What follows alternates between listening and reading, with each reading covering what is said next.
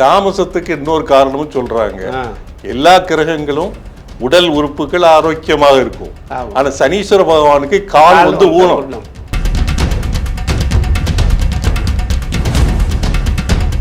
இப்போ வந்து இந்த சனி பெயர்ச்சி திருநள்ளாறுல தான் இப்போ நடக்கு வாக்கிய பஞ்சாங்கப்படி. ஆனா 2025 ஆண்டிலேயே வந்து திருக்கணித பஞ்சாங்கப்படி சனி பெயர்ச்சி நடந்துட்டுன்னு சொல்றாங்க. ஆமா ஆமா ஆமா. சரி, ரெண்டாவது தேவாலயம் அப்படின்னு சொல்லக்கூடிய கோவிலில் செய்யக்கூடிய வழிபாடுகள் எல்லாமே வாக்கிய பஞ்சாங்க பிரகாரம் என்ன சொல்லப்பட்டிருக்கோ அதை தான் எடுத்து அவங்க பண்ணுவாங்களே ஒழிஞ்சு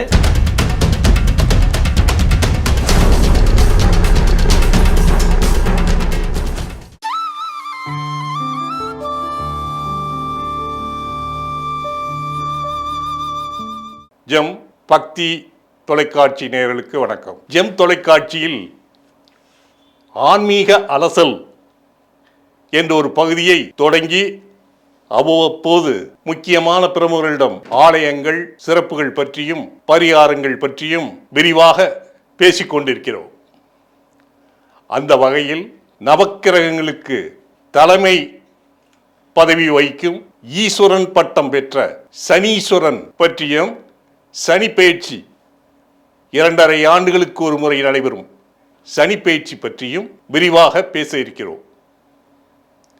தற்போது சனி பெயர்ச்சி வாக்கிய பஞ்சாங்கத்தின்படி வருகிற 6/3/2026 ஆண்டு காலை 8:24 மணிக்கு கும்பத்தில் இருந்து மீனத்துக்கு பெயர்ச்சி ஆகிறார். இந்த சூழ்நிலையில் ஒவ்வொரு ராசிக்காரர்களுக்கும் ஏற்படும் பலாபலன் பற்றியும் முக்கிய பலன்கள் குறித்தும் விரிவாக எடுத்துரைப்பதற்காக சோதிட கலையில் பல ஆண்டு காலம் அனுபவம் பெற்ற சோதிட கலா ரத்னா ALP அஸ்ட்ராலஜர் மலையப்ப சாஸ்திரிகள் நம்மிடையே வந்திருக்கிறார்கள். வணக்கம் ஐயா. வணக்கம். வணக்கம். தாங்கள் சனி பெயர்ச்சி பற்றி எல்லாம் விரிவாக பேசியிருப்பீங்க.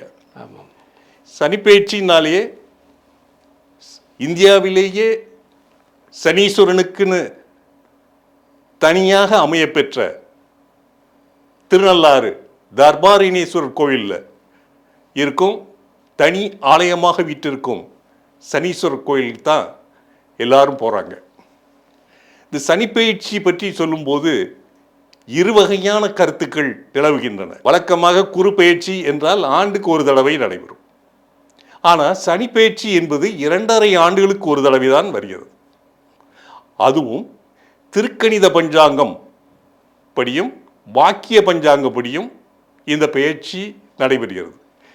வருகிற 6/3/2026 அன்று திருநள்ளாறில் வாக்கிய பஞ்சாங்கப்படி சனி பெயர்ச்சி ஆகிறார். முதலில் திருக்கணித பஞ்சாங்கம் என்றால் என்ன, வாக்கிய பஞ்சாங்கம் என்றால் என்ன, மற்ற கிரகங்களுக்கும் சனி கிரகங்களுக்கும் பெயர்ச்சி நடைபெறுவதில் உள்ள கால வித்தியாசம் என்ன என்பதை பற்றி கொஞ்சம் விரிவாக கூறுங்கள் ஐயா. ஜெம் தொலைக்காட்சி பக்தி நேயர்களுக்கு என்னுடைய அன்பான வணக்கத்தை தெரிவித்துக் கொள்கிறேன்.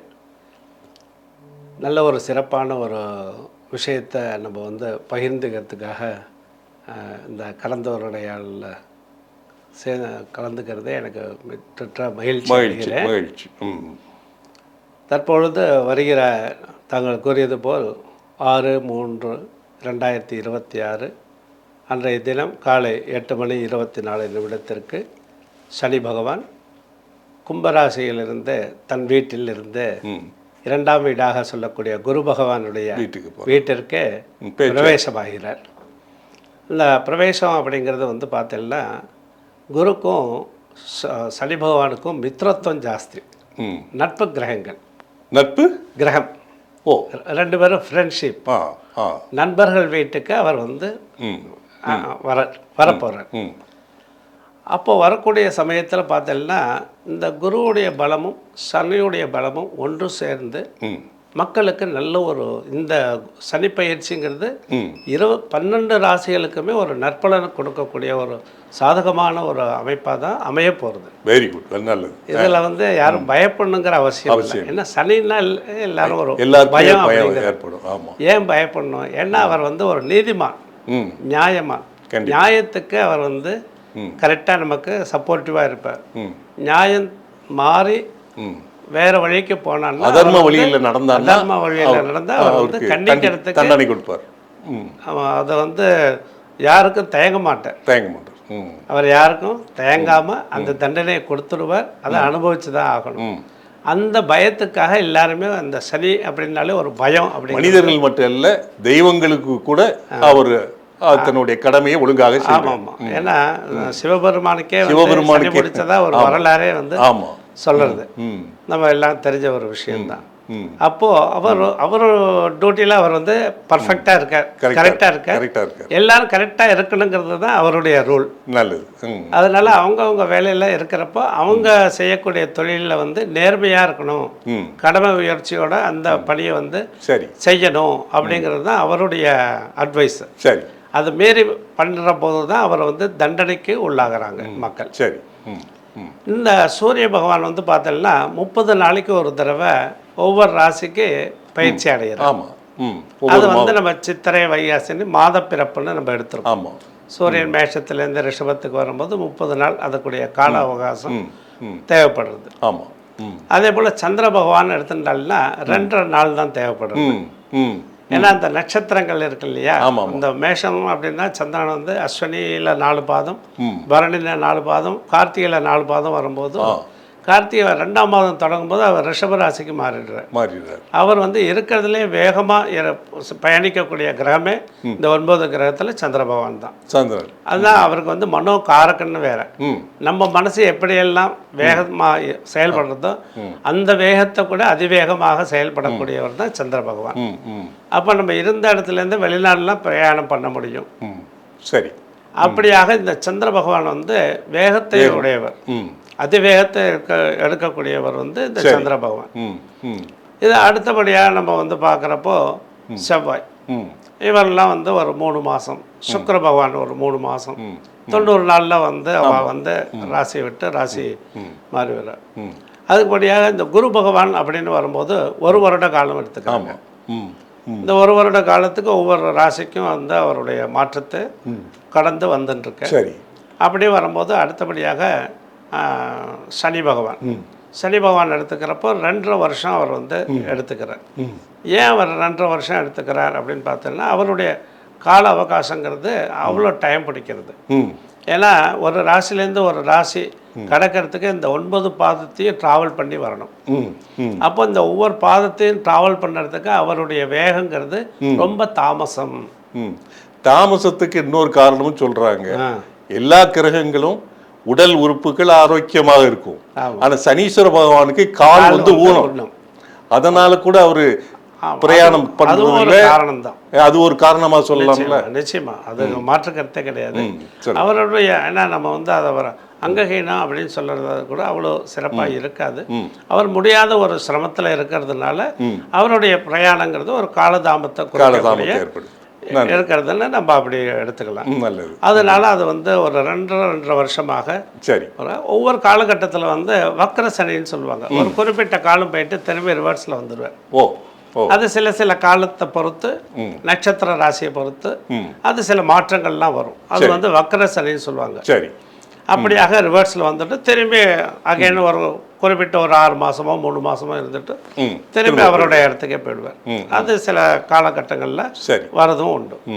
அதே போல் இந்த ராகு கேத்து எடுத்துட்டேன்னா 1.5 வருஷம் வந்து எடுத்துக்கிறாங்க. அந்த ராகு கேத்துக்கும் வந்து பார்த்தோம்னா நீங்கள் சொன்ன மாதிரி அவளுடைய பிரயாணம் கூட தாமசமாக வரக்கூடிய ஒரு பயணமாக தான் அது வந்து சொல்லப்படுது. ரெண்டாவது சாயா கிரகம்னு நம்ம வந்து குறிப்பிடுறோம். நான் கிரகங்கள் 7 தான். அதனுடைய சாயா நிழல் கிரகம் அப்படின்னு சொல்லக்கூடியாக இந்த ராகு கேத்தும் அப்படியாக ஒரு சஞ்சாரத்தில் இருக்கு. இப்போ நமக்கு வந்து இந்த குரு பகவான் வந்து கும்பத்திலேருந்து இந்த மீன ராசி பிரவேசமாக அப்படிங்கிறது தான் இந்த சனிப்பெயர்ச்சி. நல்லது. சரி. இப்போ வந்து இந்த சனிப்பெயர்ச்சி திருநள்ளாறுல தான் இப்போ வாக்கிய பஞ்சாங்கப்படி. ஆமாம். ஆனால் 2025 ஆண்டிலேயே வந்து திருக்கணித பஞ்சாங்கப்படி சனி பயிற்சி நடந்துட்டுன்னு சொல்றாங்க. ஆமாம் ஆமாம் ஆமாம். பயிற்சி அப்படின்னு சொன்னாச்சுன்னா ஒரே நேரத்தில், இப்போ சூரிய கிரகணம்னு சொன்னாச்சுன்னா ஒரே நேரத்தில் தான் நடக்கும். சனி பயிற்சிங்கும் போது இதில் பாதி இதில் பாதி ஏன் வைக்கிறாங்க? ஏன்னா நமக்கு வந்து பார்த்தோம்னா இந்த சனியுடைய பயிற்சி அப்படிங்கிறது நம்ம பஞ்சாங்கம் அப்படின்னு முதல்ல எடுத்துட்டாலே வாக்கிய பஞ்சாங்கம் தான். வாக்கிய பஞ்சாங்கம் தான் நமக்கு முதல்ல நமக்கு வந்து கிடைத்தது. அப்போ வாக்கிய பிரகாரம் நம்ம வந்து கடைபிடிக்கிறது தான் 100க்கு 100 விஷயமாக இருக்கும். ரெண்டாவது, தேவாலயம் அப்படின்னு சொல்லக்கூடிய கோவிலில் செய்யக்கூடிய வழிபாடுகள் எல்லாமே வாக்கிய பஞ்சாங்க பிரகாரம் என்ன சொல்லப்பட்டிருக்கோ அதை தான் எடுத்து அவங்க பண்ணுவாங்களே ஒழிஞ்சு திருத்தி அமைத்த ஒரு பஞ்சாங்கங்கிறதுனால திருக்கணிதம் அப்படிங்கிற சொல்லக்கூடிய பஞ்சாங்கத்தை தேவாலய சாஸ்திரம் ஆகம சாஸ்திரத்துக்கு அது ஏற்கப்படலை. அதனால கோவில்களில் வந்து சனி பயிற்சி எங்கேயுமே நடந்திருக்காது. சாஸ்திரோக்தமா நடக்கக்கூடிய கோவில்ல நல்லது. ஆகமம் முறையா நடக்கக்கூடிய ஆகமம் முறைப்படி நடக்கக்கூடிய தேவாலயத்துல திருக்கணித பஞ்சாங்கப்படி சனி பயிற்சி பூஜைகள் எதுவும் நடக்கல. வாக்கிய பஞ்சாங்கப்படி நடக்கிறது தான் ஆகம சாஸ்திரத்துக்கு கட்டுப்பட்டு அது நடக்கிறது. ஓ சரி சரி. ஏன்னா இந்த திருக்கணிதம் அப்படிங்கிறது சில இந்த பலன் கூறுவதற்கு ஒருத்தருக்கு பலன் கூறுவதற்கு இந்த திருக்கணிதங்கிறது கொஞ்சம் ஹேதுவாக இருக்கு. ஒரு விஷயமாக அவங்களுக்கு ஒரு அக்யூரசி துல்லியம் அப்படிங்கிறது அதில் எடுக்க முடிகிறது அப்படிங்கிற ஒரு திருத்தி வந்து அந்த பஞ்சாங்கத்தை வந்து கணிச்சிருக்கா அப்படின்னு நம்ம எடுத்துக்கலாம். ஒன்லி ராசி பலாபலன் அறியத்திற்காக இந்த திருக்கணித பஞ்சாங்கத்தை ஃபார்மல். ஆனால் வாக்கிய பஞ்சாங்கப்படி தான் கோயில்களில் நடக்கும். சனி பயிற்சிங்கும் போது வாக்கிய பஞ்சாங்கப்படி நடைபெறும் சனி பயிற்சி விழாவில் கலந்துக்கிட்டாதான் அதனுடைய பலாபலம் நமக்கு வந்து முழுமையாக நமக்கு கிடைக்கும். இப்ப திருநள்ளாறுல நடக்கிறது வாக்கிய பஞ்சாங்கப்படி நடக்கும். ஆகம சாஸ்திரப்படி என்ன சொல்லப்பட்டிருக்கோ அதை இப்ப வரைக்கும் கடைபிடிச்சிட்டு இருக்காங்க. ஓகே. இப்போ ஆனா திருக்கணித பஞ்சாங்கப்படி இந்த சனீஸ்வரன் கோயில் மற்ற சனீஸ்வரன் கோயில் ஏதாவது நடக்குமா? இப்போ திருநள்ளாறு விட்டுருங்க, திருநள்ளாறு வாக்கிய பஞ்சாங்கப்படி நடக்கும். இப்ப திருக்கோளிக்காடு இருக்கு, குச்சானூர் இருக்கு, அங்கெல்லாம் இந்த ஏரி குப்பை இருக்கு, அதெல்லாம் வந்துட்டு எல்லாமே வாக்கிய பஞ்சாங்கம் தான் கடைபிடிக்கிறாங்க. வாக்கிய பஞ்சாங்கம். இப்போ சனிப்பயிற்சி கோயிலுக்கெல்லாம் போகிறாங்க. இப்போ வந்துட்டு அன்றைக்கி சனிப்பயிற்சி நடக்கும்போது இப்போ உதாரணமாக திருநள்ளாறு, திருக்கோளிக்காடு, குச்சானூர் எல்லாம் போகிறாங்க. அங்கெல்லாம் போயிட்டு அங்கே வந்து பிரசாதம்லாம் கொடுக்கும்போது அந்த பிரசாதத்தை வாங்கிட்டு வீட்டுக்கு வரக்கூடாதுன்னு சொல்கிறாங்க. அது எப்படி? அது வரலாமா, வாங்கலாமா, இல்லை அங்கே வாங்கிட்டு அங்கேயே வச்சுட்டு வந்துடணுமா? ஏன்னா பிரசாதம் வாங்கக்கூடாதுங்கிறது கிடையாது, எடுத்துன்னு வரக்கூடாதுங்கிறது எங்கேயுமே கிடையாது. சரி, பிரசாதம் வாங்கிக்கணும், பிரசாதம் எடுத்துகிட்டு வரணும். ஏன்னா இல்லாட்டி சனி பகவானை வந்து அவமதித்ததாக ஒரு விஷயம் உண்டு. எல்லாம் செஞ்சுட்டு மரியாதை குறைச்சலாம் நம்ம வந்து உதறிட்டு வர மாதிரி ஒரு விஷயந்தான் அந்த விஷயம், அந்த கான்செப்ட். சரி, எந்த பிரசாதமாக இருந்தாலும் நம்ம வாங்கிக்கணும், வீட்டுக்கும் எடுத்துகிட்டு வரணும், தப்பே கிடையாது. ஏன்னா அந்த சனி பகவான்கிறது வந்து ஆயுள் காரகன்னு சொல்லுவோம். ஆமாம், நம்மளுக்கு பூர்ணமான ஒரு ஆயுஷை கொடுக்கக்கூடிய ஒரு கிரகம் தான். அதனால அவங்க புஷ்பம் கொடுத்தாலும் பழம் கொடுத்தாலும் என்ன ஒரு பிரசாதம் கொடுத்தாலும் வீட்டுக்கு பயபக்தியோட எடுத்துன்னு வரணும். வீட்டில் வந்து வீட்டில் இருக்கக்கூடிய மக்களுக்கெல்லாம் அதை வந்து பகிர்ந்து எடுத்துக்கிறது தான் உச்சிதம். அதுதான் சாஸ்திரம். இல்லை, நீங்கள் முதலே சொன்னீங்க சனி பகவான்னா ஒரு பயமுறுத்துறது, எல்லாருக்கும் கெடுதல் செய்வார் அப்படிங்கிற மாதிரி சொன்னீங்க. அந்த மாதிரி ஒரு எண்ணம் எல்லாருக்குமே இருக்குது. அதான் அது இருக்க வேண்டாம்னு சொன்னேன். நீ நியாயமாக இருந்தேன்னா பயப்பட தேவையில்லை. நான் திருடனாக இருந்தால் போலீஸ்காரனை பற்றி பயப்படணும். ஆமாம், திருடன் இல்லை, நல்லது, நான் எதுக்கு பயப்படணும்? சரி, இப்போ இந்த சனீஸ்வரன் அந்த சனிப்பயிற்சியும் போது இந்த மக்கள்லாம் அங்கே போய் என்ன பண்ணணும்? இப்போ வந்து மற்ற சுவாமிகள்லாம் இருந்துருந்தாச்சுன்னா தேங்காய் பழம் உடைக்கிறது வைக்கிறதுன்னு இல்லை வழக்கமாக பண்ணுவோம், அர்ச்சனை பண்ணிவிட்டு பூஜை பண்ணிவிட்டு வருவோம்.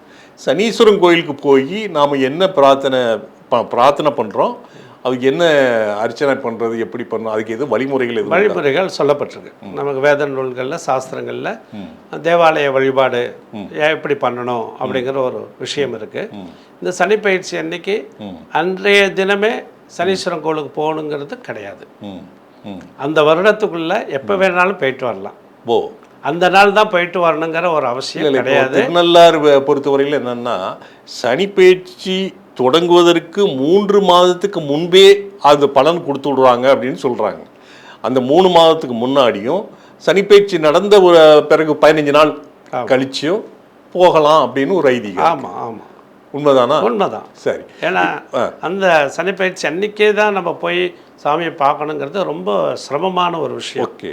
எல்லாருக்கும் அது வந்து சாத்தியம் கிடையாது. கிடையாது. அதனால அவங்க வந்து தாபப்பட தேவையில்லை. அதுக்காக நான் சொல்கிறேன். சரி சரி. அன்னைக்கு போய் கூட்டல் நெரிசலில் போய் அவஸ்தைப்பட வேண்டும். ஏன்னா சுவாமி கிட்ட போகும்போது ஒரு மனசு திருப்தியோட, ஒரு மன நிம்மதியோட, ஆத்மார்த்தமாக அங்கே வந்து ப்ரேயர் பண்ணணும். ப்ரேயர் பண்ணக்கூடிய சூழ்நிலை அங்கே இருக்கான்னு கேட்டால் இல்லை. சரி சரி சரி. அப்படி இருக்கிறப்ப அந்த நாளை அவாய்ட் பண்ணிக்கிறது நல்லது. சரி, முடிஞ்ச வரைக்கும். சரி. அந்த நாள் வந்து நமக்கு வந்து சேனல்லே டைரக்டா ரிலே பண்றாங்க. ஆத்மார்த்தமா வீட்டிலேயே தரிசனம் பண்ணிக்கலாம், தப்பு கிடையாது. ஏன்னா இந்த சனி பகவானுக்கு உடைய வழிபாடு அப்படின்னு பார்க்குறப்போ நம்ம கோளுக்கு போகிறோம், நம்மளுடைய நட்சத்திரம், பேர், கோத்திரம் அதெல்லாம் சொல்கிறோம். அவங்க ஒரு சங்கல்பம் பண்ணிவிட்டு சுவாமிக்கு வந்து புஷ்பாஞ்சலி பண்ணி ஒரு தீபாராதனை பண்ணுறாங்க. அங்கே நம்ம போகும்போது நல்லெண்ணெய் எடுத்துன்னு போகணும்.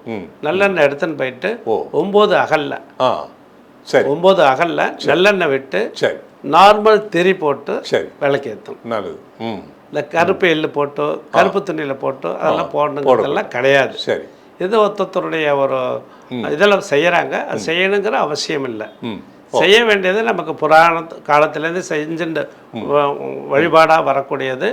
இந்த அகல்ல நல்லெண்ணெய் ஊற்றி நார்மல் திரி போட்டு 9 திரி 9 விளக்கு ஏற்றிட்டு 9 வளம் வந்துட்டு அவங்க ப்ரேயர் பண்ணிட்டு வந்துட்டாலே போகிறோம். சில பேர் வந்து கோவிலில் அதை எல்லா சுவாமியும் தரிசனம் பண்ணிட்டு கடைசியாக நவக்கிரகத்தை போய் சுற்றிட்டு அங்கேயே கால் கழுவிட்டு வராங்க. அந்த தப்பும் பண்ணக்கூடாது. இல்லை, இன்னொரு சந்தேகம். இப்போது திருநள்ளாறில் தான் தனி சன்னதி இருக்கார். அங்கே வந்து மூலவர் வந்து தர்பாரண்யேஸ்வரர் என்ன. அப்புறம் இப்போ இங்கே திருநள்ளாறு சனிப்பெயர்ச்சிக்கு போகும்போது பெரும்பாலானவங்க என்ன பண்ணுறாங்கன்னா நேரடியாக போய் சனீஸ்வரனை தரிசனம் பண்ணிட்டு வந்துடுறாங்க. அப்படி வரக்கூடாது. இப்போ அதுக்கு என்ன முதல்ல போய் யாரை தரிசனம் பண்ணணும்? முதல்ல கணபதி தரிசனம். கணபதி பண்ணிட்டு தர்பாரண்யேஸ்வரர் சிவனை வந்து வழிபாடு பண்ணணும். அங்கேயே வந்து அந்த இந்த சிவலிங்கம் இருக்கு, மரகதலிங்கம். அது வந்து 12 மணிக்கு விசேஷ பூஜை. ஒரு குறிப்பிட்ட நேரத்தில் மட்டும்தான் அதுக்கு பூஜை காலத்தில் அதுக்கு டெய்லியே பூஜை. டெய்லி 12 to 1 மணிக்கு அந்த மரகதலிங்கத்துக்கு பூஜை இருக்கு. அந்த பூஜையை தரிசனம் பண்ணணும். அவ்வளோ தூரம் போகிறவங்க அந்த பூஜையை பார்க்காம வரக்கூடாது. அங்கே போய் அவரை போய் வணங்கி அவரை தரிசனங்கள்லாம் பண்ணி முடிச்சுட்டு அதுக்கப்புறம் தான் சனீஸ்வரர். மரகதலிங்கங்கிறது இந்த முசுகுந்த சக்கரவர்த்தி வந்து 7 இடங்கள் சப்த விடங்க தலங்கள்ல வச்சிருக்கிறாரு. அதுல ஒண்ணு இங்க திருநெல்வேலியில இருக்கு. சரி. அதனால சிவபெருமான வழிபாடு பண்ணிட்டு தான் நவக்கிரகத்தை வழிபடணும். டைரக்டா போய் அந்த சனியை போய் வழிபடாம. ஒரு சின்னது திருநள்ளாறுல வந்து நவக்கிரகங்கள் கிடையாது. இல்ல, அந்த சனி பகவான் மட்டும். இல்ல, நீங்க சொன்னீங்க இப்போ வந்து மூலவரை வந்து வணங்கிட்டு நேர வந்துட்டு சனீஸ்வரனுக்கு அம்பாள் சன்னதிக்கு போகணும். அது முக்கியம். அம்பாள் சனி தாயாரையும் தர்பாரண்யேஸ்வரர் மூலவரை வணங்கிட்டு நேர அம்பாள் சன்னதிக்கு தரிசனம் பண்ணிட்டு அப்புறம் கடைசியா தான் சனி பகவான்கிட்ட போய் தரிசனம். ஓஹார்த்த பூமுலையாலா சன்னதி. ஆமா ஆமா ஆமா. அந்த சன்னதிக்கு போயிட்டு அதன் பிறகு சனீஸ்வரர். நல்லது. இப்போ இன்னொன்று, சனீஸ்வரருக்கு தீபாராதனை ஆகும்போது சனிப்பெயர்ச்சியின் போதோ அல்லது மற்ற நேரங்களிலோ தீபாராதனை ஆகும்போது நாம் வந்து அவருக்கு நேருக்கு நேராக நிற்கக்கூடாது, சைடில் தான் நிற்கணும்னு சொல்கிறாங்களே. ஆமாம், சனீஸ்வரன் கிடையாது, எந்த சுவாமியாக இருந்தாலுமே நம்ம எதிரெல்லாம் நிற்கக்கூடாது, சைடில் இருந்து தான் தரிசனம் பண்ணணும். ஏன்னா டைரெக்டாக தரிசனம் பண்ணக்கூடாது. இல்லை சைடில் இருந்து தான். பெரும்பாலும் என்னென்னா சனீஸ்வரர் வந்து நீதிமான் அப்படின்னு சொல்கிறாங்க. அவங்க நல்லவங்க பண்ணாச்சுன்னா அவருக்கு வந்து நல்லது இது கிடைக்கும். கெட்டவன் போயின்னா அவருடைய நேரடி பார்வை விழும்போது அவருக்கு வந்துட்டு தண்டனை கொடுப்பாரு அப்படிங்கிற மாதிரி இருக்கிறதுனால இந்த மாதிரி இதில் இப்போது திருப்பதி வெங்கடாஜலபதி கோயிலுக்கு போனால் வாரத்தில் எல்லா நாட்கள்லையும் அவருடைய கண்கள் வந்து மூடப்படுது. ஆனால் வியாழக்கிழமை மட்டும் பார்த்தீங்கன்னா பெருமாள் இந்த நேத்திர தரிசனம்னு சொல்லுவாங்க.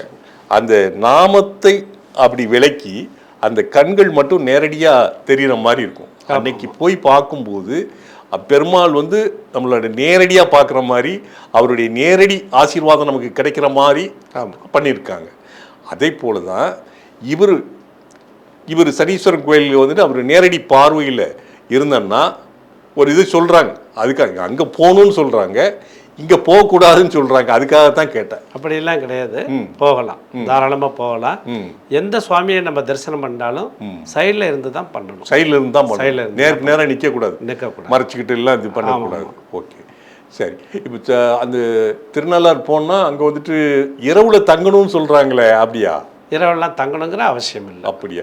ஏன்னா இப்போ வந்து அந்த அது என்ன சொல்கிறது, வானிலையில் வந்து அந்த ஒளிக்கதிர்கள் வந்துட்டு அது சனிப்பெயர்ச்சியின் போது அங்கே அதிகமாக வந்து வர்ற மாதிரியும், நான் இரவில் தங்குகின்ற போது அதனுடைய அதனுடைய கதிர் வீச்சுகள் வந்து நமது உடலில் பட்டு ஆரோக்கியமாக இருக்கும் அப்படிங்கிற மாதிரி சொல்கிறாங்க. இன்னும் சொல்லப்போனால் நாசாவிலேயே வந்துட்டு அவங்க ராக்கெட்டே வந்துட்டு கேள்விப்பட்டிருப்பீங்க, அங்கே திருநள்ளாறில் ஸ்தம்பிச்சு நிற்கிது அப்படிங்கிற மாதிரி ஒரு தகவல் விஞ்ஞானியெல்லாம் வந்து ஆராய்ச்சி பண்ணாங்க.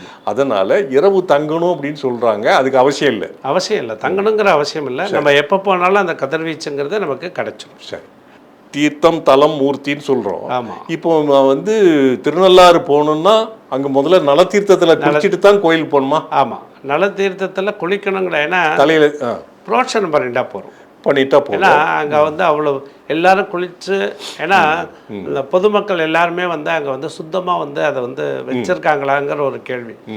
நல்லா இருக்கிற உடம்புக்கு போய் அங்கே போயிட்டு குளிச்சு கெடுத்துக்க கூடாது.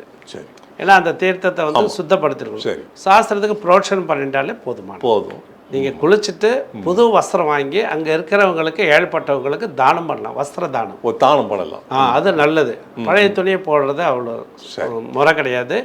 இந்த வஸ்திர தானத்தில் நமக்கு சாஸ்திரத்தில் என்ன சொல்லியிருக்குன்னா, ஒரு வேஷ்டி அப்படின்னு எடுத்தோம்னா இந்த இழைகள் பின்னப்பட்டிருக்கும். ஆமாம், இந்த ஒவ்வொரு பின்னப்பட்டதுக்கும் நடுப்புற ஒரு ஹோல் இருக்கும். சரி, எவ்வளவு ஹோல் அந்த வஸ்திரத்தில் இருக்கோ அவ்வளவு பாபங்கள் அவங்களை விட்டு நிவர்த்தி ஆகிறதுங்கிறது தான் வஸ்திர தானத்துக்குடைய மகிமை. அதனால இந்த ஒரு வஸ்திரத்தை கொடுத்தாலே நமங்களுடைய அவ்வளோ கர்மதோஷமும் நிவர்த்தி ஆகிடுறது. கொடுக்கறத சிறப்பான புதுசாக வாங்கி கொடுக்கறது நல்லது. பழசு அங்கே போட்டுட்டு வர்றதுனால யாருக்கும் பிரயோஜனம். அதே போல அன்னதானம், அந்த எல் வந்து அந்த சாதம், அந்த எல் சாதமும் கொடுக்கணும் அப்படின்னு சொல்கிறாங்கல்ல. ஏன்னா அவர் வந்து எள்ளு பிரீத்தி அப்படிங்கிறது, அவருடைய தானியமே வந்து எள்ளு தான். ஆமாம், அதனால வந்து எள்ளு வந்து, ஏன்னா எள்ளு சாதம் நமக்கு கொடுக்கணுங்கிற அவசியம் இல்லை. காகத்துக்கு எள்ளு சாதமாக வைக்கிறது சனி பிரீத்தி ஆகும். சனிக்கு நம்ம வந்து பிரீத்தியாக நம்ம வந்து அவர் வாகனமாக இந்த காகத்தை வச்சிருக்கிறதுனால காக்கைக்கு அந்த உணவை நம்ம அளிக்கிறப்போ நமக்குடைய கர்ம வினைகள் வந்து சனினால இருக்கக்கூடிய தோஷங்கள் வந்து முழுமையாக நீங்கிறது அப்படிங்கிறது சாஸ்திரம். சரிங்க. இப்போ சரி, இப்போ வந்து இந்த ஒவ்வொரு ராசிக்கு என்ன பலன்கிறது கொஞ்சம் சொல்லுங்க. இப்போ முதல்ல நம்ம வந்து மேஷ ராசி அப்படின்னு எடுத்துட்டோம்னா, மேஷ ராசிக்கு இப்போ வரக்கூடிய அந்த சனி பயிற்சியான சனி பகவான் வந்து 12ஆம் இடம் சொல்லக்கூடிய மீனத்துக்கு வந்து பிரவேசமாகிறார். சரி, அப்போது இந்த மேஷ ராசிக்கு அது வந்து 12ஆம் இடங்கிறது விரயஸ்தானம். சரி, விரயம் அப்படிங்கிறது வந்து நம்மளுடைய செலவினங்கள். சரி, அப்போது ஏதோ ஒரு விரயத்தை நமக்கு ஏற்படுத்துவார், நிச்சயமாக ஏற்படுத்துவார். அதுக்கு நம்ம உஷாராக என்ன பண்ணணும் அப்படின்னு பார்த்தோம்னா, ஏன்னா ஏதாவது ஒரு சின்ன கடன் வாங்கணும், ஒரு இஎம்ஐ கட்டுற மாதிரி. சரி, தேவைன்னா வீடு வாங்கிறதுக்கு லோன் வாங்கிக்கலாம், அந்த லோனை அடைக்கலாம். ஏன்னா பணமாக நம்மள்கிட்ட இருக்கக்கூடாது. சரி, ஒரு ப்ராப்பர்ட்டியாக வந்து நம்ம வந்து ஒரு கடனாளிங்கிறது அட்டண்டன்ஸாக அவர்கிட்ட நம்ம கொடுக்கணும். சரி, சனி பகவான் 12க்கு வந்துட்டாருன்னா நம்ம ஒரு கடன் இருக்கப்பட்டவர் அப்படின்னு ஒரு விஷயம் சனி பகவானுக்கு போய் நம்ம வந்து என்ட்ரி பண்ணிடணும். நான் கடனில் இருக்கப்பா, என்னை வந்து ஒன்றும் பண்ணாது அப்படின்னு. இல்லாட்டி தேவையற்ற செலவுகள் அவங்களுக்கு வந்து வரும். தேவையில்லாத பணம் திருட்டு போகிறது, சில பேரை ஏமாத்துறது, அப்புறம் வந்து தேவையில்லாத மருத்துவ செலவுகள் செய்ய வேண்டிய ஒரு சூழ்நிலைகள், இப்படியாக நமக்கு வந்து அந்த சனியுடைய தாக்கம் அப்படிங்கிறது விரயத்தில் இருக்கப்போ தூக்க இன்மை கூட அவங்களுக்கு ஒரு பிரச்சனையாக இருக்கும். ஏன்னா 12ஆம்ங்கிறது சுகபோகம்னு சொல்லக்கூடிய தூக்கத்தை சொல்லக்கூடியது. இந்த தூக்கமும் வந்து அவங்களுக்கு ஒரு பிரச்சனையாகவும் ஒரு தடையாகவும் இருக்கும். இதுக்கு நம்ம என்ன பண்ணலாம் அவங்களுக்கு ஒரு பரிகாரமா அப்படின்னு பார்க்குறப்போ, ஏழைப்பட்டவங்களுக்கு பாதுகைன்னு சொல்லக்கூடிய ஸ்லிப்பர்ஸ், ஏழை மக்களுக்கு ஸ்லிப்பர்ஸ் வாங்கி கொடுத்தாச்சுன்னா அது 12ஆம் பாவம். பாதம்ங்கிறது 12, பாதத்துக்குடைய ஒரு விஷயங்கிறது இந்த பாதுகை. ஸ்லிப்பர்ஸ். சரி. ஏழைப்பட்டவங்களுக்கு, யாச்சகம் வாங்குறவங்களுக்கு செப்பல் வாங்கி வச்சுட்டு அவங்க வந்தாங்கன்னா அதை கொடுத்து போட்டுக்க சொல்றது, நமக்கு சுகமான ஒரு தூக்கங்கிறது கிடைக்கும். நல்லது. அடுத்தது அதுக்கு ஒரு பரிகாரம். அதே போல் ரிஷபராசி அப்படின்னு போனோம்னா அது காலபுருஷனுக்கு 2வது வீடாக இருந்தாலும் இந்த சனி பகவானுக்கு மீனத்துக்கு 11ஆம் பாவமாக போகிறது. ஆமாம். இந்த 11ங்கிறது ஒரு லாபத்தை கொடுக்கறது, வைப்பு நிதியை வந்து இன்க்ரீஸ் பண்ணக்கூடியது. நீங்கள் 10 ரூபா போட்டால் அது 100 ரூபா 1000 ரூபா அப்படி வளர்ந்துட்டே வரும், விருத்தி அடையும். சரி. இந்த 2.5 வருஷமாக அவங்களுக்கு யோகமான காலம்னு சொல்லலாம். நல்லது. அதனால அவங்களுக்கு சீரம் சிறப்பமாக இருக்கக்கூடிய இந்த சனிப்பெயர்ச்சி வந்து நல்ல ஒரு மாற்றத்தை பலனை கொடுக்கும். அடுத்தது நம்ம மிதுனம் அப்படின்னு எடுத்தோம்னா ராசிக்கு 10ஆம் இடத்துல அவங்களுடைய மிதுன ராசிக்கு 10ல் வந்து அந்த சனி பகவான் வந்திருக்கார். அந்த குரு வீட்டில் சனி பகவான் வந்ததுனால இவங்களுக்கு பதவி வந்து உயர்வு கிடைக்கும், வேலைகள்ல நல்ல ஒரு மாற்றம் கிடைக்கும். குரு பார்வை இருக்குதா? பார்வை இருக்குதா? இல்ல குரு வீட்டுக்கு வராரா? வீட்டுக்கு வர. சரி. ஏன்னா இது 10ஆம் இடத்துக்கு வர, குரு வீட்டுக்கு வர. வீட்டுக்கு வர. ஏன்னா குரு பார்வைங்கிறது 3ஆம் பாவம். 3, 7, 10 தான் குரு பார்வை. அப்போது அந்த 10ஆம் இடத்துக்குடைய ஒரு விஷயத்தெல்லாம் வந்து அவருக்கு சாதகமாக கொடுக்குறாங்க.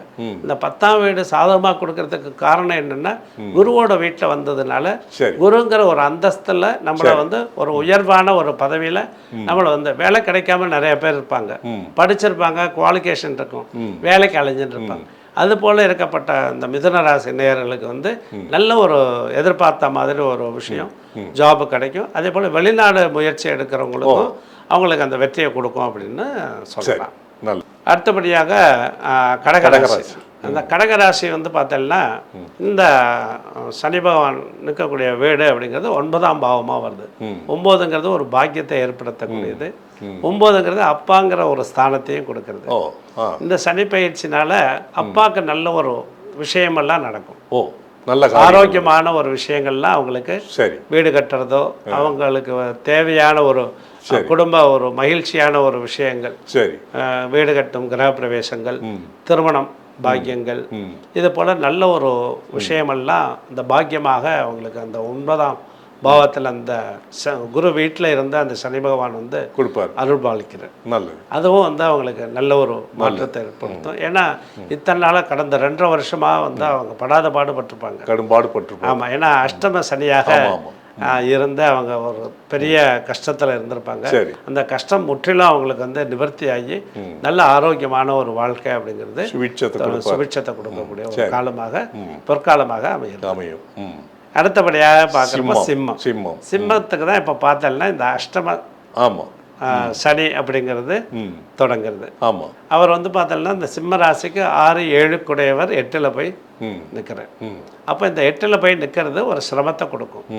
இவங்கெல்லாம் என்ன பண்ணணும் அப்படின்னா ரொம்ப சிந்திச்சு செயல்படணும், அவசரப்படக்கூடாது, வாகனங்கள் நிதானமாக ஓட்டணும், இல்லாட்டி யாரையாவது ஓட்ட சொல்லி நம்ம ஜாக்கிரதையாக இருந்துக்கணும். வில்லங்கத்தில் போய் மாட்டிக்கக்கூடாது, யாருக்கும் ஷூரிட்டி போடக்கூடாது. இதெல்லாம் போட்டோம்னா நமக்கு வந்து நம்ம கட்டுற மாதிரி ஆகிடும். அதுக்கு நம்ம வந்து முன்கூட்டியே நம்ம வந்து ஜாக்கிரதையாக இருக்கணும். தேவைன்னா ஏதோ ஒரு அமௌண்ட்டை கொடுத்து நம்ம வந்து ஒதுக்கிக்கணும், கையெழுத்து மாத்திரம் போடக்கூடாது. இது வந்து இந்த 2.5 வருஷ காலமும் இப்படி தான் இருக்குமா, அல்லது இடையில குரு பயிற்சி ராகு பயிற்சி வரும்போது? இல்லை, இந்த சனி அந்தந்த பயிற்சிக்குடைய விஷயம் அந்த சனி பகவான் அதை செய்யத்தான் செய்வார். அது 2.5 வருஷ காலமும் இருக்கும். ஏன்னா இதை நான் பொதுவாக என்ன சொல்லலாம் அப்படின்னு பார்த்தோம்னா இந்த கோச்சார பலன் தான் இப்போ நம்ம பேசினோம். இந்த கோச்சார பலன் வந்து எல்லாருக்குமே கரெக்டாக வருமானா வராது. அவங்களுடைய பிறப்பு ஜாதகம்னு ஒன்று இருக்கு. அந்த ஜாதகத்தில் கிரகங்களோட அடைவுகள் எப்படி இருக்கு, எந்தெந்த கிரகங்களுடைய பார்வைகள் இருக்கு, அந்த பார்வைகள்னால அவங்களுடைய மாற்றங்கள் அதிகமாக இருக்கும். இது பொதுவான பலன். இதை வந்து நம்ம ஜாதகத்தில் 100 பலன் அப்படின்னு சொல்றப்ப இதை நம்ம 60% எடுத்துக்கலாம். பாக்கி 40% அவங்களுடைய சொந்த சுய ஜாதகத்தை பார்த்து தான் நம்ம வந்து அது தீர்மானம் பண்ணிக்கணும். அது அவங்கவுங்க தெரிஞ்ச ஜோசியரை வச்சு பார்த்து டீப்பாக வந்து தெரிஞ்சுக்கிறது நல்ல ஒரு விஷயம். ஏன்னா இந்த 8ல் இந்த சனி வருது அப்படின்னு நான் சொன்னாலும் அது பயப்படணுங்கிற அவசியம் இல்லை. அது எல்லாரும் ஜாதகத்துக்கும் அந்த கஷ்டத்தை கொடுப்பாருன்னா கொடுக்க மாட்டேன். அவங்கவுங்க ஜாதகத்துக்கு சில கிரகங்களுடைய பார்வைகள் படும்போது அதனுடைய வீரியங்கிறது குறைஞ்ச ஆரம்பிச்சிடும். இப்போ நீங்கள் எல்லா இதுக்கும் வந்துட்டு ராசிக்கெல்லாம் வந்துட்டு நல்லது சொன்னீங்க, இந்த சிம்மத்துக்கு மட்டும்தான் இவன் கொஞ்சம் கஷ்டங்கிறீங்க. இதுக்கு வந்து அவங்க ஏதாவது பிரார்த்தனை பரிகாரங்கள் ஏதாவது பண்ணணுமா? இல்லை, முதல்ல வந்து ஒரு ஜோதிடர் அணுகி எப்படி இருக்குங்கிறத முதல்ல தீர்மானம் பண்ணிக்கணும். ஏன்னா நம்மளுடைய நோயை வந்து நல்ல ஒரு டாக்டர்கிட்ட வந்து காமிச்சு அதுக்குடைய ட்ரீட்மெண்ட் எடுத்துக்கிறது தான் கரெக்டாக இருக்கணுங்கிறது என்னுடைய கணிப்பு. பொதுவாக வந்து நம்ம அப்படி எதுவும் சொல்லிட முடியாது. அவங்க ஜாதகத்தை நம்ம ஆய்வு பண்ணணும். இப்போ என்ன தசை நடக்கிறது, அவங்களுக்கு அனுகூலமான தசை நடக்கிறதா இல்லையா, அந்த புக்தி காரகன் அந்த தசை காரகன் அவங்களுடைய ஜாதகத்தில் பிறப்பு லக்னத்துக்கு எத்தனாம் பாவத்தில் இருக்காங்க, சில கிரகங்களுடைய நட்பார்வைகள் இருக்கா அப்படின்னு பார்த்து தான் அதனுடைய பலாபலன்னு சொல்ல முடியும். அதுக்கு தேவையானதான் நம்ம பரிகாரத்துக்கே போகணும். ஓ, ரைட் ரைட் ரைட். சரி, அப்படியாக இந்த ஒரு விஷயம் சிம்ம ராசிக்குங்கிறது அஷ்டம சனி அப்படிங்கிறது இருக்கு. பயப்படணுங்கிற அவசியம் இல்லை. அவங்க சுய ஜாதகத்தை பார்த்து அதை வந்து பூர்ணமாக தெரிஞ்சுட்டு அதைப்படி நடந்துட்டா போதுமானது. நல்லது. அதே போல் கன்னி அப்படின்னு பார்த்தோம்னா 7ஆம் இடம் அப்படின்னு சொல்லக்கூடிய சப்தமஸ்தானம் அப்படின்னு சொல்லுவோம். 7ஆம் இடங்கிறது 7ஆம் இடம்ங்கிறது கணவரை இல்லை மனைவி அந்த ஸ்தானத்தை குறிக்கும். அதே போல் நண்பர்களை குறிக்கும். நம்மளுடைய தொழிலை கூட 7ஆம் பாவம் குறிக்கும். சரி, அப்போ இந்த 7ஆம் பாவத்தில் வந்து சனி வந்து நேர் பார்வையாக அங்கே 7ஆம் பார்வையாக அங்கே பார்க்குற புதனுடைய வீட்டை பார்க்குறப்போ குழந்தைகள் படிப்பு விஷயம் சிறப்பாக இருக்கும். ஏன்னா புதன்கிறது வித்யாக்காரர்கள் 7ஆம் பார்வை அங்கே படும்போது படிப்பு ஸ்தானத்தில் இருக்கிறப்போ இவங்களை சிறப்பான ஒரு குழந்தைகளுக்கு படிப்பு விஷயங்கள் சிறப்பாக இருக்கும், தடை இல்லாமல் இருக்கும். அதே போல் ஆரோக்கிய விஷயங்களும் நல்லபடியாகவே இருக்கும். அதை பற்றி கவலைப்பட தேவையில்லை. இந்த சனிப்பயிற்சி அவங்களுக்கு சாதகமான பலனை தான் நம்ம எடுத்துக்கலாம். நல்லது. அடுத்தபடியாக துளாராசி. இந்த துளாராசின்னு வரும்போது இந்த ஜாதகருக்கு வந்து 6ஆம் இடம் அப்படின்னு சொல்லக்கூடிய மீனத்தில் இருக்க துலாத்துக்கு மீனம் அப்படிங்கிறது 6ஆம் பாவம். சரி, ஏன்னா வந்து இந்த கிரகங்கள் வந்து 6ல் மறையிறதுங்கிறது வந்து ஒரு யோகத்தை கொடுக்கும். கெட்ட கிரகம் 6, 8, 12 மறையிறது ஒரு யோகத்தை கொடுக்குன்னு சொல்லுவோம். அதனால ஜாக்பட் அடிக்கக்கூடிய இந்த 12 ராசியில் முதல் ராசி வந்து துலா ராசின்னு நம்ம எடுத்துக்கலாம். சரி, துலா ராசி இத்தனை நாள் அவங்க வந்து எவ்வளவோ சிரமத்தில் இருந்தாலும் இப்போலேருந்து இந்த சனி பயிற்சியிலேருந்து அவங்களுடைய வாழ்க்கை திறமை நல்ல உயரத்துக்கு வரும். நினச்ச காரியங்கள்லாம் கைகூடும். எதெல்லாம் தாமசமாக இருந்ததோ அதெல்லாம் அதிவிரைவில் இந்த சனி பகவானே இருந்து நடத்தி கொடுப்பார். நல்ல யோகமாக இருக்கும். சந்தோஷமான ஒரு வாழ்க்கை அப்படிங்கிறது, இந்த சந்தோஷங்கிறதையே இனிமேல் தான் அவங்க பார்க்க போகிறாங்க. இந்த சனி பயிற்சி அவங்களுக்கு சந்தோஷமான ஒரு குதூகலமான ஒரு காலமாக சொல்லலாம். சொந்தமாக இடம் வாங்குறது, வீடு கட்டுறது, குழந்தைகளுக்கு கல்யாணம் பண்ணுறது, சொத்து நகை சேர்க்கறது, அனைத்து விதமான ஒரு சுகபோகத்தையும் அனுபவிக்கக்கூடிய 12 ராசியில் இந்த துலா ராசியை நம்ம வந்து அவங்க எதுவும் சனி பயிற்சி அன்னைக்கு அவங்க வந்து எதுவும் கோயிலுக்கு போய் ஏதாவது அபிஷேகம் எதுவும் பண்ண போய் அவருக்கு ஒரு நன்றி கடன் சொல்லிட்டு வரோம், ஒரு தேங்க்ஸ் சொல்லிட்டு வரோம். எங்கே போனோம்? சனீஸ்வரன் திருநள்ளாறு நமக்கு சென்னையிலேயே வந்து பொழிச்சலூர்ல இருக்கு, அங்கே போகணும். பொழிச்சலூர் இந்த பல்லாவரத்துலேருந்து நமக்கு பம்பல் போகிற பாதையில் பக்கத்தில் பொழிச்சலூர்னு இருக்கு. புராதன கோவில், 1000 ஆண்டுகள் பழமையான கோவில். அந்த கோவிலோட அமைப்பே வந்து கஜபிருஷ்டம்னு சொல்லுவாங்க. அகஸ்தீஸ்வரர் கோவில். அங்கே வந்து சனிக்குன்னே ஒரு பிரத்யேக ஒரு சன்னிதானம் இருக்கு. சனியுடைய ஒரு கிரக நமக்கு திருநள்ளாறு எப்படியோ அந்த அளவுக்கு இங்க வந்து ஒரு சிறப்பான பாடப்பெற்ற ஸ்தலமா? பாடப்பெற்ற ஸ்தலம். யார் பாடியிருக்கா சம்பந்தம்? அது அந்த நால்வர்கள்லாம் யாரோ பாடியிருக்காங்க. பாடல்பெற்ற ஸ்தலம். நல்ல சிறப்பான ஒரு வழிபாடு முறைகள், பூஜைகள் எல்லாமே அந்த கோவிலில் வந்து சிறப்பாக நடக்கிறது. அங்கேயே இந்த சனி பயிற்சிக்கு ஒரு விசேஷமான யாகங்கள் அதெல்லாம் நடக்கிறது. இந்த சென்னையில் இருக்கக்கூடிய மக்கள்கள் எல்லாருமே இந்த 12 ராசிக்காரர்களும் அந்த கோவிலில் போய் கலந்துக்கிறது ஒரு சிறப்பான ஒரு விஷயம் அப்படின்னு நான் இந்த இடத்துல சொல்லிக்கிறேன். நல்லது. அடுத்தபடியாக விருச்சிகம். விருச்சிகம்னு பார்த்தோம்னா அது 5ஆம் பாவமாக வருது. 5ங்கிறது மனசுன்னு நம்ம எடுத்துக்கலாம், 5ங்கிறது குழந்தைகள்னு எடுத்துக்கலாம், 5ங்கிறது குலதெய்வம்னு எடுத்துக்கலாம். இந்த சனிப்பயிற்சி அன்னைக்கோ இல்லை சனிப்பயிற்சி முடிஞ்சோ அவங்க குலதெய்வம் கோவிலுக்கு போயிட்டு வர்றது அந்த 2.5 வருஷத்துக்கு ஒரு யோகத்தை கொடுக்கும் குலதெய்வம் மூலமாக அப்படின்னு சொல்லுவோம். சரி சரி சரி. சனினால பாதிப்புங்கிறது அந்த ராசிக்கு கிடையாது. ஒரு யோகமான ஒரு விஷயத்தை செய்வார். அதுக்கு நம்ம தொடக்கமாக அவர்களுடைய குலதெய்வத்துக்கு போய் ஒரு வழிபாடு பண்ணுறது ஒரு சிறப்பான ஒரு விஷயமாக இருக்கும். பொதுவாகவே எல்லா ராசிக்காரர்களுமே அவங்க குலதெய்வம் கோயிலுக்கு போகிறது நல்லது. முதல் வணங்க வேண்டிய ஒரு தெய்வமாக நாங்கள் சொல்லிட்டு இருக்கோம் எல்லாருக்குமே. குலதெய்வம் மீறி எந்த தெய்வமும் நமக்கு வந்து சப்போர்ட் பண்ணாது. எந்த தெய்வம் நமக்கு அனுகிரகம் பண்ணணும்னாலும் குலதெய்வத்தினுடைய அதை ஒன்று சொல்லுவாங்க, விஷயம் கேட்டு தான் நமக்கு வந்து யமன் வந்து நம்ம உயிரை எடுக்க வரும்போது கூட நம்ம குலதெய்வத்தினுடைய அனுமதியை கேட்ட பிறகுதான் அங்கே வரணும் அப்படின்னு சொல்லுவாங்க. நமக்கு எந்த தெய்வம் அனுமதி பண்ணணும்னாலும் குலதெய்வத்துடைய அனுமதி இல்லாமல் எந்த தெய்வங்களும் நமக்கு வந்து நற்பலனை கொடுக்காதுங்கிறது தான் அது. அதனால எல்லா ராசிக்காரர்களும் குலதெய்வத்தை பிரத்யேகமாக இது 5 அப்படிங்கிறது வந்து 5ஆம் பாவம் அப்படிங்கிறது குலதெய்வம் அப்படிங்கிற ஒரு விஷயமா நம்ம சொல்லப்படுறது. அதனால அந்த சிறப்பான ஒரு விஷயமாக இந்த 5ஆம் பாவத்தை சொல்லக்கூடிய ஒரு விஷயமாக இருக்கு. அதே போல் அடுத்தபடியாக தனுசு. தனுசுங்கிறது 4ஆம் பாவமாக வருது. இது வந்து அர்த்தாஷ்டம சனின்னு சொல்லுவோம். ஏன்னா அஷ்டம சனியில் பாதி, அர்த்தம்னா பாதி, அஷ்டம்னா 8, 8ல் பாதி 4, 4ஆம் இடத்துல இந்த சனி வர அர்த்தாஷ்டம சனி. அப்போ இவங்களும் கொஞ்சம் ஜாக்கிரதையாக இருக்கணும். சரி, இந்த அஷ்டம சனியில் இருக்கிறதுல பாதி தோஷங்கள் பாதி கஷ்டங்கள் இருக்கும். இருந்தாலும் எல்லாருமே அவர் எதிர்பார்க்குற மாதிரி நியாயத்தோடையும் தர்மத்தோடையும் நம்ம ஒரு காரியத்தில் நம்மளுடைய வாழ்க்கையை கரெக்டாக நடத்தின்னு இருக்கிறவங்களுக்கு சனி பகவான் எப்போதும் நன்மையே செய்வார். அது சந்தேகமே கிடையாது. அதனால 8 வந்தாலும் 4 வந்தாலும் பயப்படுங்கிற அவசியம் இல்லை. நம்ம நியாயமாக இருக்கணும், அவ்வளோதான். நியாயமாக இருந்தால் நமக்கு வந்து நம்மளுக்கு தண்டனை கிடையாது.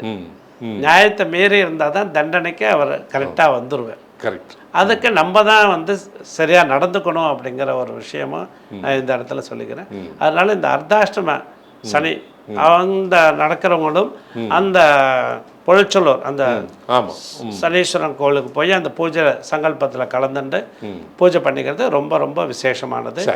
இந்த ஒரு வருடத்துக்குள்ளே திருநள்ளார் போயிட்டு வர்றதும் நல்ல ஒரு விஷயம். இந்த அஷ்டம சனியில் நடக்கக்கூடிய சிம்ம ராசிக்காரங்களும் அதே போல் இந்த தனுசு ராசிக்காரங்களும் ஒரு முறை திருநள்ளார் போயிட்டு வருது ரொம்ப உச்சிதம், நல்ல ஒரு விஷயம். ஆனால் அன்னைக்கே போகணுங்கிற ஒரு கட்டாயம் கிடையாது. ஒரு 15 நாள், இந்த ஒரு பட்சம்னு சொல்லுவோம். இந்த ஒரு பட்சங்கிறது 15 நாள். 15 நாளுக்குள்ள ஒரு முறை போயிட்டு அவர் சுவாமியை தரிசனம் பண்ணிட்டு நம்மளால முடிஞ்ச ஒரு பூஜையை பண்ணிட்டு வருது நல்ல ஒரு மாற்றத்தை ஏற்படுத்தும். அதே போல் மகர ராசி. இந்த மகர ராசிக்கு பார்த்தோம்னா 3ஆம் இடம். 3ஆம் இடங்கிறது வெற்றின்னு சொல்லுவோம். 3ஆம் இடங்கிறது கம்யூனிகேஷன். 3ஆம் இடங்கிறது சகோதரன் சகோதரின்னு சொல்லுவோம். இந்த 3ஆம் பாவத்துக்குடைய ஒரு விஷயம் பூரா சனி பகவான் வந்து நல்ல ஒரு லாபத்தை கொடுக்குறார். என்ன முயற்சி எடுத்தாலும் அந்த முயற்சி வெற்றி அடைஞ்சிடும். Very good. அது நியாயமான ஒரு முயற்சியாக இருக்கணும். அந்த நியாயத்துக்கு கட்டுப்பட்டு அந்த முயற்சியை வெற்றி அடைய செய்யக்கூடிய ஒரே விஷயம் இந்த மகர ராசிக்காரர்களுக்கு நிச்சயமாக நடக்கும். ஏன்னா இவங்க வந்து வெளிநாடு போகணும்னு ரொம்ப நாளாக பிரயத்தனம் பண்ணிட்டு இருப்பாங்க. கடந்த 2.5 வருஷமா அவங்களுக்கு அது கிடைக்கும். உத்தியோகத்தில் ப்ரமோஷன் கிடைக்கும். எதிர்பார்க்குற மாதிரி சேலரி உயர்வு கிடைக்கும், சம்பள உயர்வு கிடைக்கும். அதே போல் குடும்பத்தில் ஒரு குழந்தை பாக்கியம். ஏன்னா அதுக்காக பிரயத்தனம் பண்ணிட்டு இருப்பாங்க. அது ஒரு முயற்சி. குழந்தை பாக்கியம், கல்யாணம் ஆகி 4 வருஷம் ஆச்சு, 2 வருஷம் ஆச்சு, டாக்டர்கிட்ட போனால் எல்லாம் கரெக்டாக இருக்குன்னு சொல்லுவாங்க. இந்த சனி பகவான் வந்து அவங்களுக்கு அந்த குழந்தை பாக்கியத்தையும் கொடுத்துட்றாங்க. அந்த ஒரு முயற்சியும் அவங்களுக்கு வந்து அந்த வீரியம்னு சொல்லுவாங்க. அப்போது அந்த ஆண்களுக்கு அந்த வீரியம் அப்படிங்கிறதுனால தான் அந்த குழந்தை பாக்கியங்கிறது இந்த 3ஆம் பாவத்தினால அவங்களுக்கு அது வந்து கிடைக்கிறது. அந்த புத்திர சந்தான பாக்கியம் அப்படிங்கிறது கிடைக்கிறது. அப்படிங்கிறதுனால இந்த குழந்தை பாக்கியங்கள், ப்ரமோஷன், அவங்களுடைய எதிர்பார்ப்பு ஃப்யூச்சரில் அடுத்தடுத்த விஷயத்தை என்ன நோக்கி அவங்களுடைய பயணம் இருக்கோ அது வெற்றி அடைய செய்யக்கூடிய ஒரு ராசியாக இந்த மகர ராசி சிறப்பான ராசியாக அமையும். அடுத்தபடியாக கும்பம். கும்பம் வந்து பார்த்தோம்னா இந்த 12ஆம் இடம் அப்படிங்கிறது 12ஆம் இடமாக இருந்தாலும் இவருக்கு 2ஆம் இடம். இந்த ராசிக்கு 2ஆம் இடத்துல இருக்க. 2ங்கிறது தனம், குடும்பம், கல்வி. அப்போ இந்த கும்பராசி குழந்தைகளாக இருந்தாங்கன்னா கல்வி சிறப்பாக இருக்கும். வேலைக்கு போகக்கூடிய மக்களாக இருந்தாங்கன்னா அவங்களுக்கு வருமானம் சிறப்பாக இருக்கும், குடும்பம் சிறப்பாக இருக்கும்.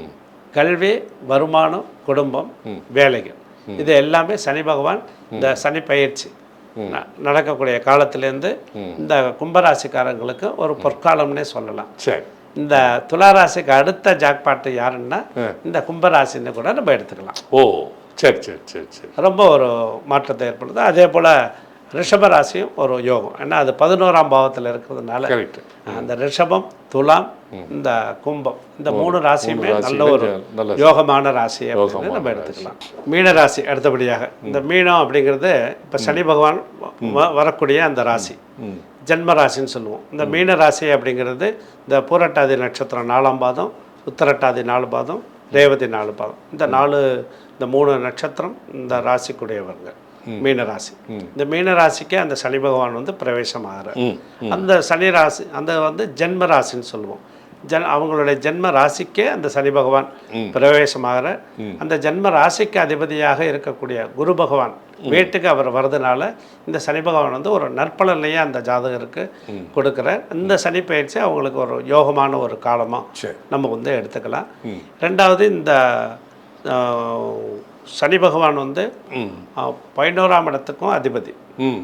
சரி, 11ஆம் இடத்துக்கு அதிபதியாக இருந்து அவர் ஜென்மத்துக்கு வர்றது நல்ல ஒரு விசேஷமான ஒரு சிறப்பாக இருக்கும் அப்படிங்கிறது நம்ம வந்து சொல்லலாம். அதே போல் இந்த 12 ராசிகளுமே வந்து நல்ல ஒரு சிறப்பான ஒரு இந்த சனிப்பயிற்சி வந்து முழுக்க இந்த 12 ராசிகளுக்குமே நல்ல ஒரு சிறப்பான ஒரு பயிற்சியாக தான் இது வந்து அமைஞ்சிருக்கு. பயப்படணுங்கிற ஒரு அவசியம் இல்லை. பயத்தை எல்லாருமே வந்து நீக்கிடுங்க. சுவாமி வந்து நமக்கு அருள் பாலிக்க காத்துருக்க அவரை சரணடைஞ்சால் போதுமானது. சரி, அவர் எல்லாமே, ஏன்னா அவர் தான் நம்மளை படைத்தார். ஆமாம். அப்புறம் நம்மளை எதுக்கு தண்டிக்க போகிறார்? அவரை காப்பாற்றுவார். நம்ம அதுக்கு தகுந்த மாதிரி நல்ல பிள்ளையாக நடந்துக்கணும். அவ்வளோதான் விஷயம். அப்படி நடந்தாலே நம்மளுடைய வாழ்க்கை ரொம்ப ரொம்ப சிறப்பாக இருக்கும். எல்லாருக்கும் நீங்கள் ரொம்ப அற்புதமாகவும் அருமையாகவும் விளக்கமாகவும் விரிவாகவும் சொன்னீங்க. எல்லாம் மிக்க நன்றி. எல்லாம் அவர் சனீஸ்வர பகவான் நீதிமான், அவர் வந்து எல்லாருக்கும் நல்ல ஆசி புரியட்டும். ரொம்ப மிக்க நன்றி. நேயர்களே, மீண்டும் ஒரு ஆன்மீக அலசலில் உங்களை சந்திக்கிறேன். வணக்கம். வணக்கம். வணக்கம். நன்றி.